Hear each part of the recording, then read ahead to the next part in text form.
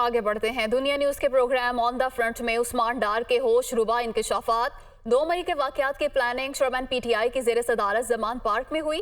Chairman P T I کی گرفتاری کی صورت میں حساس عالمی تنصیبات اور عمارتوں کو نشانہ بنانے کی ہدایت خود سابق وزیر اعظم نے دی۔ 9 مئی کے حملوں کا مقصد فوج پر دباؤ ڈال کر جنرل عاصم منیر کو عہدے سے ہٹانا تھا۔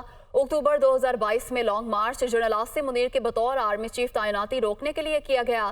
ان واقعات میں ملوث افراد کو نشان عبرت بننا چاہیے۔ پاکستان تحریک انصاف چھوڑنے کا اعلان کر دیا۔ کا جو واقعہ ہے وہ ایک دن میں رونما نہیں ہوا۔ یہ رجیم چینج آپریشن کے بعد جب مرکز میں ہماری حکومت چلی گئی اور اس کے بعد پھر پاکستان تحریک انصاف 2 مائنڈ سیٹ کہہ لیں یا 2 گروپ کہہ لیں، ایک وہ مائنڈ سیٹ جس میں مراد سعید، اعظم سواتی، معاذ اظہر، فاروق حبیب اللہ کے میرے دوست ہیں سارے، وہ ٹکراؤ تھے، یہ اینٹی فوج تھے جی، اور ٹکراؤ کی سیاست کو سپورٹ کرنا۔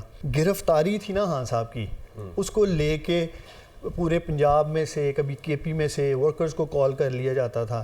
اس کا مقصد کیا تھا؟ پریشر ڈالنا کہ وہاں سے گرفتار نہ ہو۔ ہاں، وہ کیا تھا، یہی تھا نا، ہیومن شیلڈ۔ ہاں، ایک ہیومن شیلڈ کہہ لیں۔ یہ ایک مائنڈ سیٹ کی ایک ایسی سوچ تھی کہ عمران خان کی اگر گرفتاری ہوتی ہے کسی بھی سطح پہ، تو آپ نے دیکھا جوڈیشل کمپلیکس میں کیا ہوا، زمان پارک کے باہر کیا ہوا، پیٹرول بم، جو آپ خود بات کر رہے ہیں۔ عمران خان صاحب تو ورکرز باہر جو اکٹھے ہو جاتے تھے اس کے زمان پارک کے، ہیومن شیلڈ جس کی آپ بات کر رہے ہیں، ہزاروں کی تعداد میں آتے تھے چلے جاتے تھے، ان اور آؤٹ ہو رہا تھا۔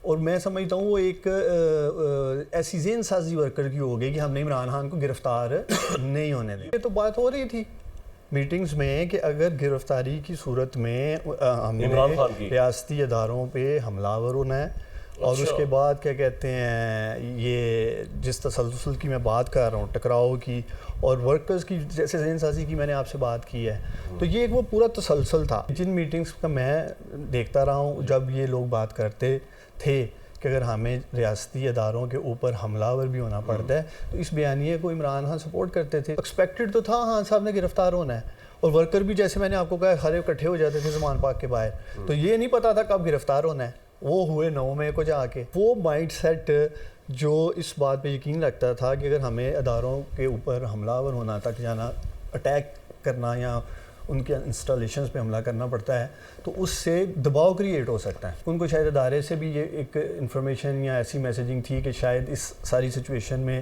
آرمی چیف چینج ہو جائے۔ Long march general Asim Munir کی تعیناتی روکنے کے لیے کیا تھا عمران خان نے؟